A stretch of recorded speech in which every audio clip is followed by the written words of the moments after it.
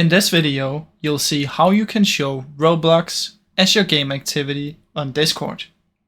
Now the way that you can do this is you need to have Roblox running in the background or something. You just need to have it opened.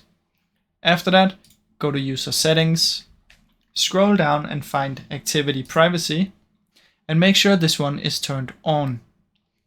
Now make sure this one is green and then head over to Registered Games. From in here you should be able to see Roblox automatically.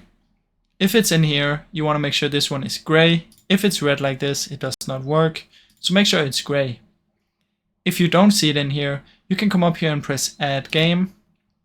Click on the drop down menu and find Roblox and select it. Now if that doesn't even work, it's because the Roblox is not currently running in the background, so just open it.